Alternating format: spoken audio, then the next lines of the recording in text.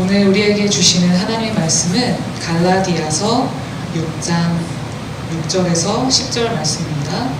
가르침을 받는 자는 말씀을 가르치는 자와 모든 좋은 것을 함께 하라. 스스로 속이지 말라. 하나님은 업신 여김을 받지 아니하시나니 사람이 무엇으로 심든지 그대로 거두리라.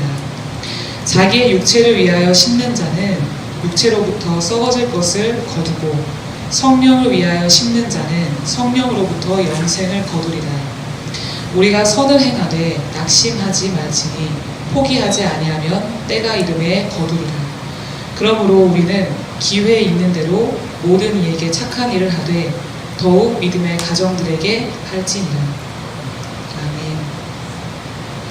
오늘 저는 무엇을 심을 것인가 라는 주제를 가지고 함께 말씀 나누고자 합니다. 여러분 혹시 이런 속담 아시나요? 콩 심은데 콩 나고 팥 심은데 팥이 난다. 이런 속담이 있습니다. 즉 오늘의 말씀과 부합하여서 볼 때 우리가 심은 대로 거둔다는 그 의미가 상통하겠습니다. 콩을 심었는데 팥이 나올 리가 없고 또 팥을 심었는데 콩이 나올 리가 없을 것입니다. 모든 일에는 그럴 만한 순리가 있다는 것입니다. 본문 7절에 역시 이와 같은 이야기를 하고 있습니다. 7절 함께 볼까요? 사람이 무엇으로 심든지 그대로 거두리라. 아멘. 무슨 씨앗이든지 열매가 없거나 무엇이든지 그 결과가 없는 씨앗은 없다라는 의미입니다. 우리에게는 시간과 인생이라는 귀한 토양이 있습니다.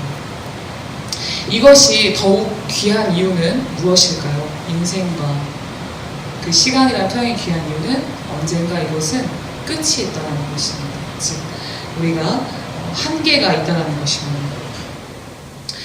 여러분들은 언젠가 끝이 오게 될 이 귀한 텃밭에 어떤 것을 심으며 살고 계십니까? 아니면 혹시 심었으나 아직 보지 못한 열매들이 있으십니까?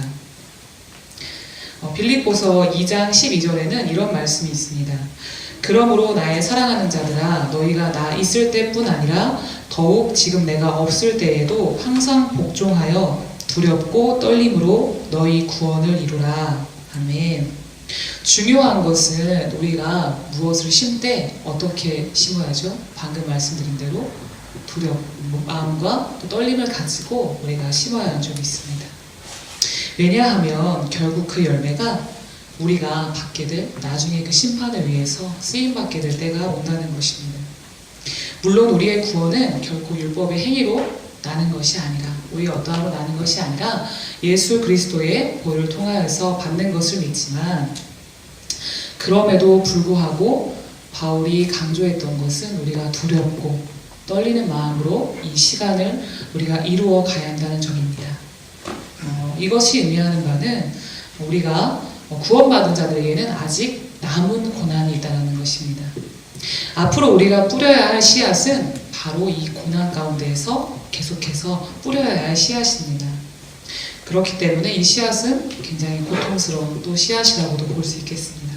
고난에도 여러 가지가 있습니다. 어떤 고난이 있을까요? 내 스스로부터, 내 자신으로부터 오는 어떤 육으로부터 오는 고난, 혹은 타인으로부터 오는 고난들이 있겠습니다. 혹은 하나님께서 우리를 훈련을 시키시고자 하는 그런 또 훈련의 시간, 고난의 시간이 있을 것입니다. 오늘 본문에는 우리가 고난 가운데서도 심어야 할 씨앗을 세 가지를 소개하고 있습니다. 함께 말씀을 통해 우리 그리스도인들이 어떤 씨앗을 심으며 살아가야 하는지 살펴보도록 하겠습니다.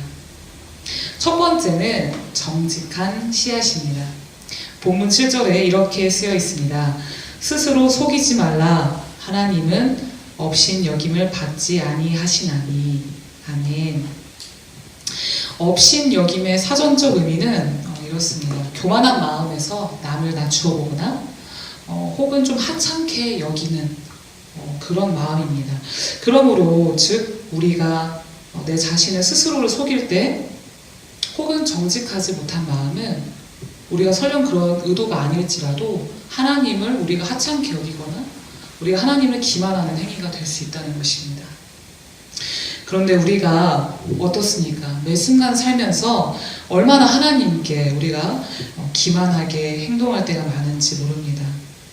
정직하지 못한 예배, 혹은 정직하지 못한 삶, 혹은 정직하지 못한 어떤 나의 모든 행위들이 결국 하나님을 어떻게 하찮게 여기는 것과 같다고 합니다.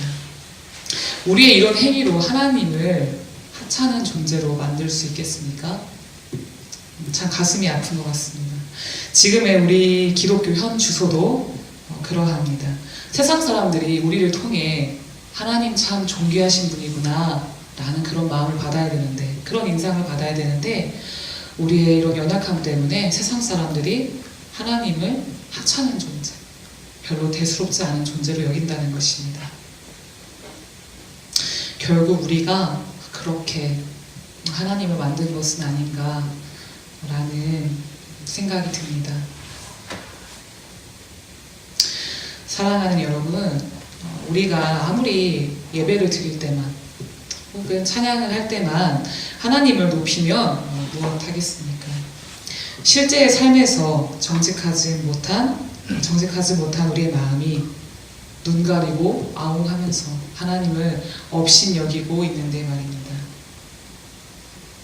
우리가 진정으로 하나님을 존귀히 여긴다면 우리는 정직한 씨앗을 심어야 할 줄 믿습니다. 아무도 보지 않는다고 해서 그것이 정말로 아무에게 드러나지 않는 것이 아닙니다. 그렇기 때문에 우리는 어떠한 삶을 살아야 할까요? 우리는 코람데오의 삶을 살아야 할 줄 믿습니다. 즉 우리가 하나님 앞에서 살아가는 삶을 살아야 할 줄 믿습니다. 우리의 모든 행위를 아시고 감찰하신 하나님께 우리가 숨길 수 있는 것이 아무것도 없습니다. 만일 우리의 손바닥으로 두 눈을 이렇게 가린다고 해서 저 넓은 하늘이 가려질까요? 아니죠. 그것은 어리석은 속임수에 불과한 것 같습니다. 우리는 하나님 앞에서의 삶을 살아갑시다. 하나님은 성경의 역사 속에서만 갇혀 계신 분이 아니라 지금도 우리와 함께 하시고 살아계신 하나님이시기 때문입니다. 두 번째는 성령을 위한 씨앗입니다. 8절 함께 볼까요? 8절에는 두 가지 유형의 열매가 나와 있습니다. 그것은 어떤 것입니까? 썩어질 열매와 그리고 영생의 열매입니다. 어떻게 하면 썩는 열매가 나온다고 합니까? 바로 자기의 육체를 위해서 심을 때 썩은 열매를 맺는다고 합니다. 제가 서론에서 이렇게 여쭈었어요, 여러분께. 지금 자신의 시간과 인생의 텃밭에는 어떤 씨앗이 심겨져 있는지 한번 여쭈었는데 어떠세요? 네. 여러분들의 텃밭에는 지금 향기로운 열매가 많이 맺혀 있습니까? 아니면은 먹을 수 없는 썩은 열매들이 가득합니까? 안타깝게도 저는 이 말씀을 가만히 묵상할 때 제 밭을, 제 인생의 텃밭을 사실 부끄러워서 감히 볼 수가 없었습니다. 아무리 하나님 나라를 위해서 일한다고 한들 제 인생의 텃밭에 이렇게 썩어질 열매들이 가득한데 아무리 열심히 달려간다고 한들 이게 무슨 소용이 있을까라는 생각이 들어서 되게 마음이 아팠던 것 같습니다.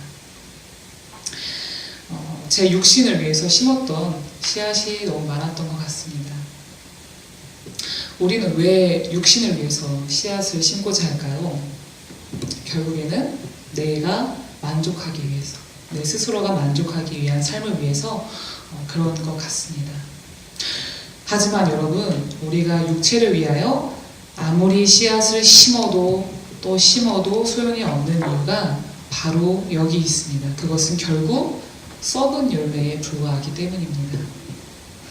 어차피 썩은 열매인 줄 알면서도 우리의 인생의 전부를 그렇게 썩은 열매를 위해서 허비하며 살아간다는 것입니다. 썩은 열매가 쓸모가 있을까요? 썩은 열매는 쓸모가 없습니다. 먹을 수도 없습니다. 이것을 나누어 줄 수도 없습니다. 그저 어떻게 해야 할까요? 갖다 버려야 합니다. 그러므로 우리는 끊임없이 내 삶에 가득한 또는 우리의 육신의 연약함으로 인하여 채워지는 썩어질 열매들을 날마다 버리면서 살아간 줄 믿습니다. 그리고 썩은 열매가 아니라 우리는 성령을 위한 열매, 즉 영생의 열매를 맺기 위하여 날마다 노력해야 합니다. 갈라디아서 5장 22절에서 23절까지 성령의 열매에 대해서 얘기하고 있습니다. 제가 한번 읽어드리도록 하겠습니다. 22절입니다. 오직 성령의 열매는 사랑과 희락과 화평과 오래 참음과 자비와 양선과 충성과 온유와 절제니 이 같은 것을 금지할 법이 없느니라. 아멘. 그리고 덧붙여서 썩은 열매를 맺지 않기 위해서는 다음과 같이 해야 한다고 합니다. 24절입니다. 그리스도 예수의 사람들은 육체와 함께 그 정욕과 탐심을 십자가에 못 박았느니라. 아멘. 즉 썩은 열매를 맺지 않기 위해서는 육체만 십자가에 못 박는 것이 아니라 우리의 정욕과 탐심도 함께 못 박아야 한다고 합니다. 그래야만 제가 아까 앞서서 말씀드린 성령의 9가지 열매들을 우리가 맺으면서 살아갈 수 있는 것입니다. 이것은 아무리 많이 맺어도 해로울 것이 전혀 없습니다. 이것을 금지할 법이 없습니다. 우리가 함께 이 9가지의 성령의 열매를 통하여서 함께 영생에 이르기를 바랍니다. 마지막 세 번째입니다. 마지막 세 번째는 선한 씨앗입니다. 본문 10절에 다시 돌아와서 보겠습니다. 이 씨앗을 어떻게 심어야 한다고 써 있습니까? 말씀에 이렇게 써 있습니다. 10절. 그러므로 우리는 기회가 있는 대로 심어야 한다고 써 있습니다. 여러분, 본문에서 선한 일을 딱 몇 번 행하세요 라고 써 있던가요? 아닙니다. 그것은 제한이 없습니다. 그것은 횟수도 없고 그것은 정해진 시간도 없습니다. 다만 기회가 있는 대로 이 씨앗을 심을 뿐입니다. 이것을 반대로 생각하면 다시 생각해보면 이런 의미입니다. 여러분들이 생각할 때 기회라는 것은 보편적으로 어떻습니까? 자주 찾아오는 것입니까? 기회라는 것이? 그렇지 않습니다. 우리가 생각할 때 보편적으로 기회라는 것은 자주 찾아오는 것이 아니라 어떤 때가 맞았을 때 그렇게 찾아오는 것인데, 그만큼 사실은 우리가 선한 일을 행할 수 있는 어떤 기회들이 많지 않다라는 것을 또 의미하는 것일 수도 있겠습니다. 그렇기 때문에 우리는 할 수만 있다면 힘이 되는 대로 우리는 선한 일을 행해야 하는 줄 믿습니다. 그것이 바로 우리 그리스도인의 책무입니다. 만일 우리가 이 기회를 늘리고 싶다 라고 한다면 어떻게 할 수 있을까요? 한번 생각해 볼까요? 우리가 선한 일을 할 수 있는 기회를 늘리고 싶다. 어떤 방법이 있을까요? 가깝게는 내 주위의 지체들의 일, 그러니까 지체들의 어려움 그리고 힘들어하는 것들을 우리가 돌아보고 돕는 것이 가장 가까운 예가 될 수 있겠고, 더 나아가서 우리 그리스도인들이 사회에 나가서 어떤 선한 사업으로 믿지 않는 자들에게 또 이런 하나님 나라의 복음을 전할 수 있을지에 대해서 고민해 보면 좋을 것 같습니다. 그리고 바로 우리가 누군가를 사랑하는 마음으로 또 살피고 이웃을 내 몸과 같이 여긴다면 이 선한 씨앗을 심을 수 있는 기회는 얼마든지 많이 찾아올 줄 믿습니다. 하지만 이 선한 씨앗에는 한 가지 좀 고난이 있습니다.